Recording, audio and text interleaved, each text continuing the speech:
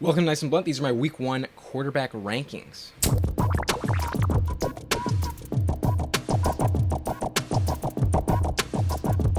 At number 1, I've got Tom Brady versus Dallas, and I think he has the most likely shootout, if not blowout, of a game.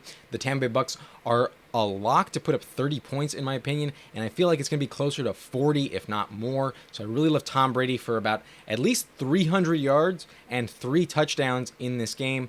I think he is the safest bet at quarterback. I like him a lot. At number 2, I've got Patrick Mahomes, who's got a chip on his shoulder coming off a loss in the Super Bowl. So give me Patrick Mahomes on quarterback number 2, a respect-driven ranking. At number 3, Kyler Murray at Tennessee. Those rushing stats keep the floor really high. He is a lock to be in the top 5 every single week, as long as he is healthy. And it's week 1. He's definitely healthy. So I think Kyler Murray is a very safe bet inside the top 3. You're obviously starting him, and he's probably worth it in DFS as well. Lamar Jackson comes in at number 4 for me, and I don't think Las Vegas is going to be able to stop him on the ground in this Monday night matchup. They are going to eat up a lot of clock. However, I am a little concerned about the passing stats, but I do think Lamar Jackson gets into the end zone at least once on the ground in this game, so I really like his floor as well as his ceiling. So I'm not worried about Lamar at all. At number 5, this matchup is a little concerning. Pittsburgh is definitely a tough defense, but Josh Allen is going to be an MVP candidate this year. I can't put him outside the top 5.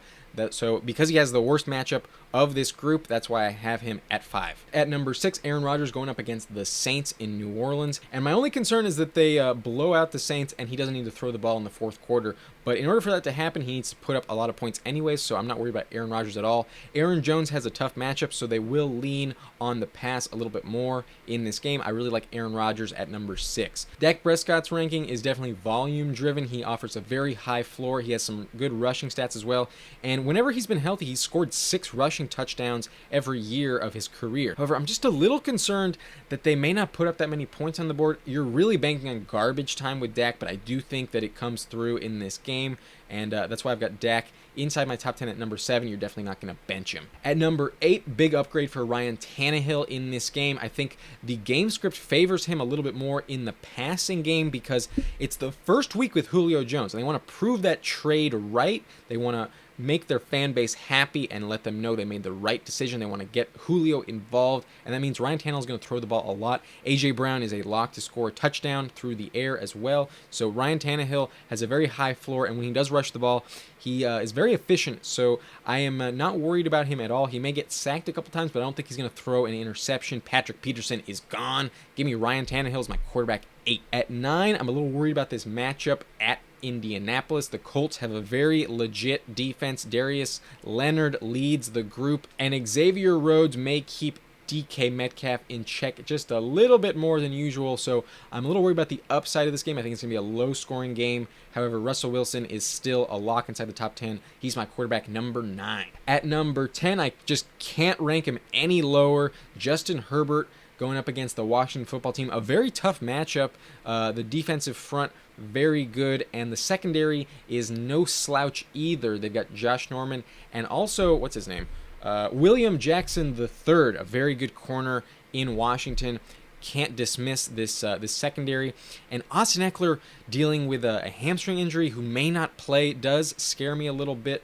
However, I think Justin Herbert's floor is just so high, and there's always really high upside with Justin Herbert, so I've got him at number 10. I am a Chargers fan, though, so keep that bias in mind. At number 11, the rushing stats are going to be there for Jalen Hurts. I'm not worried about Atlanta. They don't scare me at all. However, I don't really know what to expect from Nick Sirianni's coaching staff, and I don't think Jalen Hurts is that good through the air, so that's why I can't put him in the top 10, but those rushing stats offer such a high floor. Jalen Hurts is definitely going to be a staple in my weekly top 15. I've got him at 11 this week. In this must-watch game, I've got Baker Mayfield at the Kansas City Chiefs, and there's a lot of upside for Baker. I think this is going to be a high-scoring game. You know you need to put up points in order to beat Kansas City, so Baker Mayfield will not let up in the second half. And even though this is a run-first team, I think there's a lot of upside with Baker Mayfield in this game, but he's definitely in the streaming category. I've got him at number 12.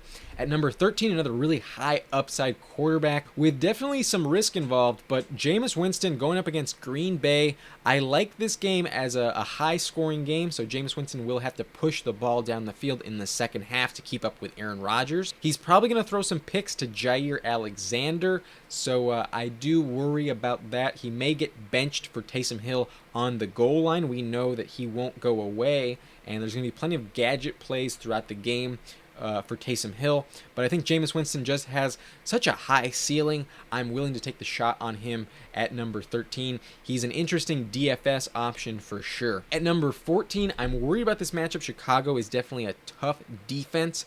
However, similar to what I was saying about Julio Jones, the Rams traded for Matthew Stafford, and they don't want to look dumb. They want to look smart with that move. So they want Matthew Stafford to look good at the beginning of this game, the first half. I think he's going to get plenty of pass attempts.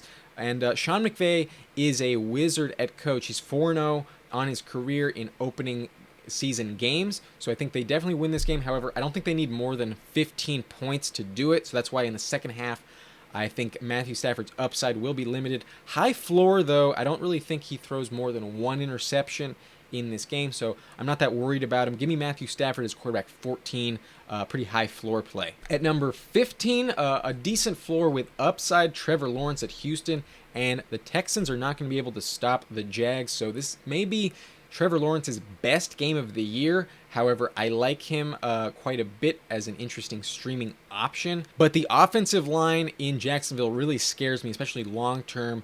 I am not excited if I am leaning on Trevor Lawrence as my main quarterback. If you waited that long, I think that was a mistake. But odds are you're only starting him in a 2-quarterback league. I doubt you're really banking on him week 1 in his pro debut. At number 16, a player with a very high floor. However, I'm a little concerned about this secondary. I realized that Steven Nelson actually joined this group alongside Darius Slay, so I am going to move down Matt Ryan. He's going to come down below these two other players with a very good matchup. I like Matt Ryan's floor, but very capped upside. I am not a Falcons fan. At number 16 now, who just moved up, Jimmy Garoppolo at Detroit. And look, I know Jimmy Garoppolo does not throw the ball that much. There's very low upside with Jimmy Garoppolo. However, this feels like that Alex Smith season when Patrick Mahomes was drafted, and you knew that he had a fire under his ass. He was fighting for his job. And Alex Smith had a career year that year in Kansas City. He was a top 5 quarterback in fantasy for the beginning of the season. It started to drop off in the second half of the year. However, Jimmy Garoppolo needs to light it up to prove that he needs to stay the starter in San Francisco. He wants to compete for a Super Bowl. I don't think he wants to become a backup. I don't think he wants to get traded. I think he likes it just where he is. And that means he's got to prove himself. So I like Jimmy Garoppolo with upside in this great matchup at Detroit. A very interesting DFS option. And if he can't do it this week, then it's going to be a very fast ticking clock before he gets benched for Trey Lance, if not traded to another team. So I like Jimmy Garoppolo this week. He's an interesting flyer. And another player who I view as a very interesting DFS option, Sam Darnold in a revenge game at home versus the Jets. Similar to Matthew Stafford, Matt Rule traded for Sam Darnold, and they want this to look like a smart move. They want Sam Darnold to have confidence in this offense, get him going early, and I think he'll probably throw a touchdown to Christian McCaffrey as well as Robbie Anderson, and he'll probably throw a third as well. So I like Sam Darnold's upside quite a bit. I just think that there's obviously some risk there. He is yet to be fully proven in the NFL, so Sam Darnold does carry some risk, but I like his upside. A very interesting, cheap DFS option for sure. And Joe Burrow is an interesting candidate as well in the same game as Kirk Cousins. I've got them at 19 and 20. It's really rare that you're starting anyone at quarterback outside the top 20, so I'll put the list up just in case you are. Basically, all of the names in red have terrible matchups. I want to steer clear of them. Zach Wilson, the rookie, and not interested. And basically, anyone outside the top 20 is just no-go zone for me, at least this week. If there's a player I didn't mention, you can go ahead and leave me a comment. I'll try and get to you as fast as possible. But I'll leave these up through the credits so you can take a pretty good look at it. But odds are you know who you're starting at quarterback unless you're in that streaming category. My name is Adam Riancho, and thank you for watching Nice and Blunt.